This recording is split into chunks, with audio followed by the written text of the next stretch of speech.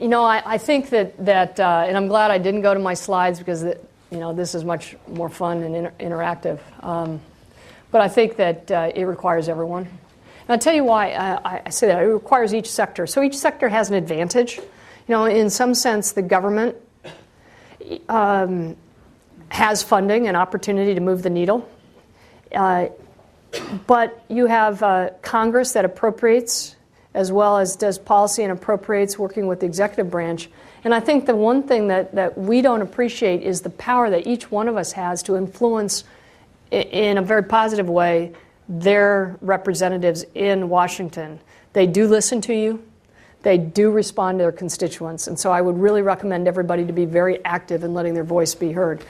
Then I think about the university, and I think you've got an army of talented, bright, enthusiastic individuals who have one other thing going for them, and that is they don't know that they can't do anything. I mean, let me put that in positive. They haven't failed yet.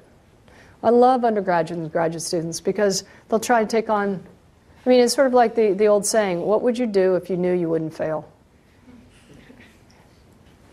You'd try and solve our energy problems. You try and solve the climate change. You take on great things, and students have taken on great projects and been very successful. So one of the things that I wanted to be part of the advisory board for EPI because I thought that this is the right place to engineer pathways to innovation to solve important problems. So let me give you a little background on that. We just got a National Science Foundation grant to transform engineering education across the United States to make undergraduate engineers in all these engineering schools more innovative and entrepreneurial.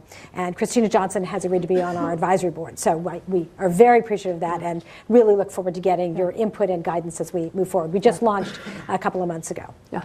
And the last piece is what companies allow you to do, especially if you're running them, which is helpful, maybe helpful too, is really you could be an all-out entrepreneur because you're really unfettered just by your ability to, convince people that adopting your technology, your approach, your process will help them.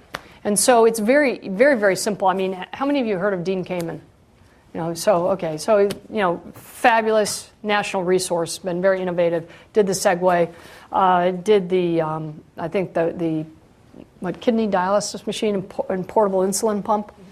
Here's what he said to me. I said, Dean, how do you generate business? How do you figure all these things out? And he goes, it's really simple. I sit down with the doc and I say, what's your problem? And I thought, oh, wow. And then they tell me my problem and then I solve it.